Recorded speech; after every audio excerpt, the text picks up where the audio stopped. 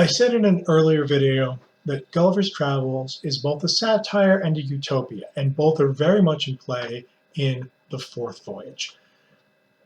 Gulliver's description of the corruption and decadence of human existence in Europe and England is very much something, no matter how unreliable Gulliver is, that Swift on some level shares. In the same way, the Houyhnhnms are presented as a utopia, as a dream of how life would be better with these sentient horses, how much better life would be, how human life ought to be. There are limits to this, and Swift is too smart to totally buy into his own utopia, but he mostly buys into it and largely asks us to buy into it, and it expresses a set of values. Let me walk through them. What is a perfect world for Swift via the Houyhnhnms like? It is rural and not urban. That cities, civilization, so the word civilization comes from the Roman word for city, is itself the problem. It should be, and everybody should be out in the country, like the horses. Horses would all prefer to be in the country rather than the city. It is an aristocracy. There is a class system. There is no high nobility. There's no monarchy. There's a kind of parliament, right? Every 4 years we have this assembly where the horses agree, the Houyhnhnms get together and debate. But there's no king. There's no prince. There's no prime minister. There's an upper class and a lower class, a class of masters and a class of servants. It's a flattened out aristocracy. It's rural. And it is natural, and you are born into your appropriate class. Gulliver and the Houyhnhnms say, oh yeah, certain colors are born to be masters and certain other colors are born to be servants. If you think that's a problem, if the color thing, you think that's kind of racism getting a more intense hold on the European imagination, you got a good point there. Okay, it's rural. It is traditional. They don't read or write. It is an oral culture. It's defined by tradition and consensus. Let me say, in some ways, it is a particularly Tory view of the world.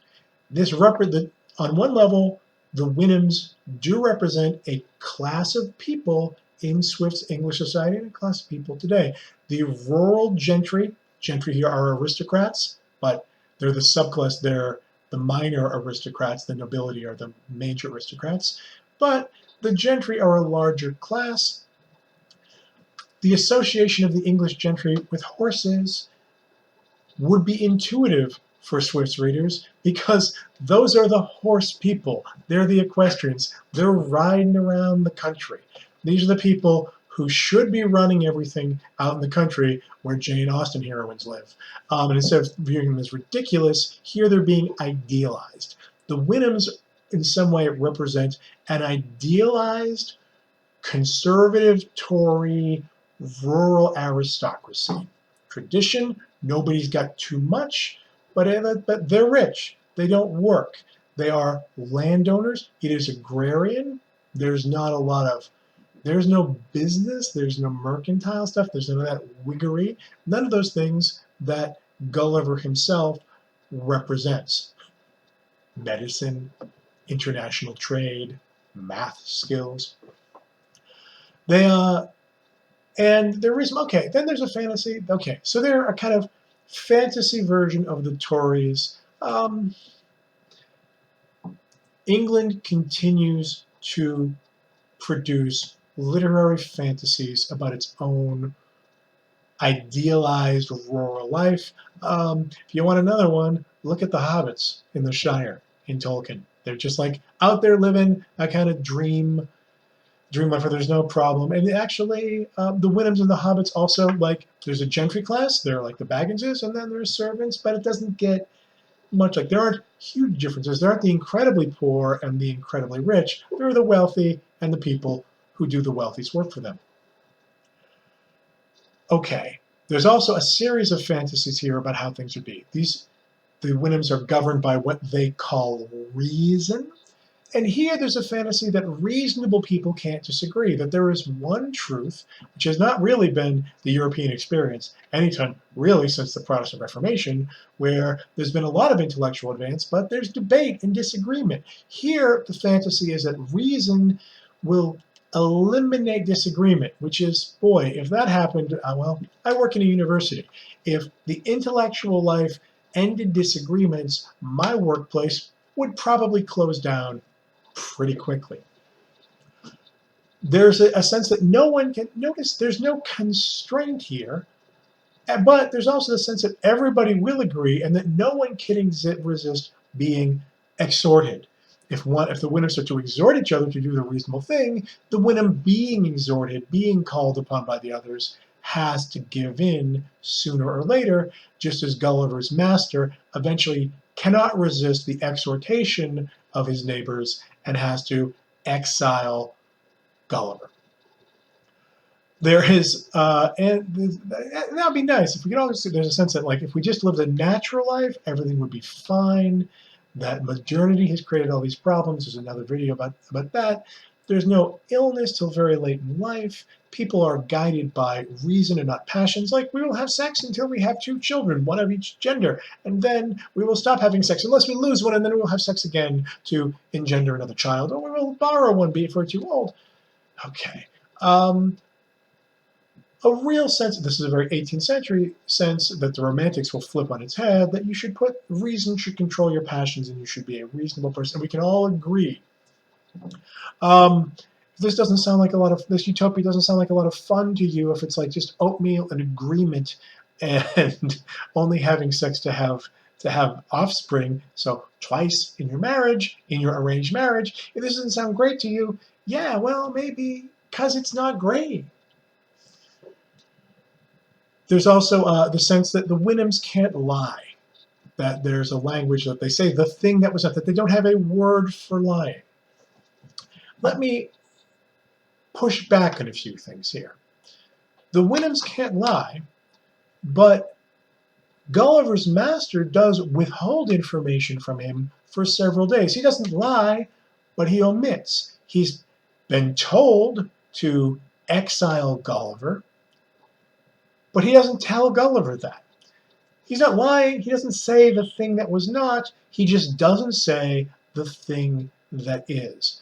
So if we're going to read carefully, and we should not be sucked entirely into the Winham's viewpoint, since it's not really workable, we should point out here, and because Swift will ironize everyone. Swift has an imagination that will find the flaws in everybody. The Winhams are eligible too. The Winhams too are open to critique.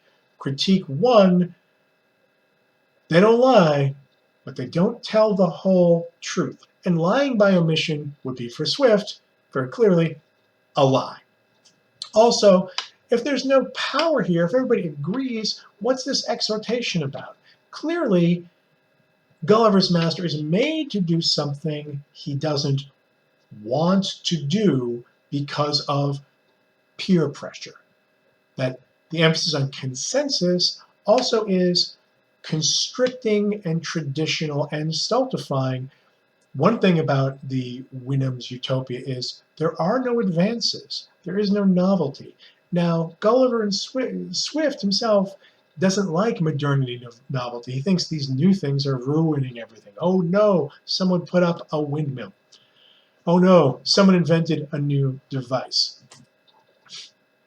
If you want to imagine the kind of person Jonathan Swift would most hate, or who embodies the values that Swift is against, picture a later 18th century figure, Benjamin Franklin, who is a merchant, a kind of industrious bourgeois businessman, who is low church, Whiggish as Whigs get, and in fact a free thinker, a Christian but a very broad-minded unorthodox Christian who does science, who's discovering things, who's inventing stuff like bifocals and the Franklin stove, who's creating schemes like fire departments, and who's doing fundamental basic physics research with the lightning and the kite.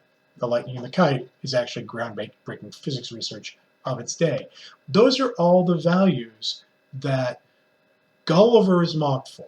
Gulliver is kind of a pre-Franklin, idiot version of Franklin by somebody who would see someone like Benjamin Franklin as everything Swift, disliked and distrusted. He'd also view Franklin as a terrible, thankless, ungrateful rebel against the king. He wouldn't like that either. No party in the American Revolution, none of them, when they break up into political parties, none of them call themselves the Tories. None of them. Swift doesn't like innovation, novelty, modernity, progress, but it's also the point that he's open to critiquing the Wyndhams themselves are anti-progress. They're against discovery. Everything is about oral tradition, and that's all great, but they don't ever move forward.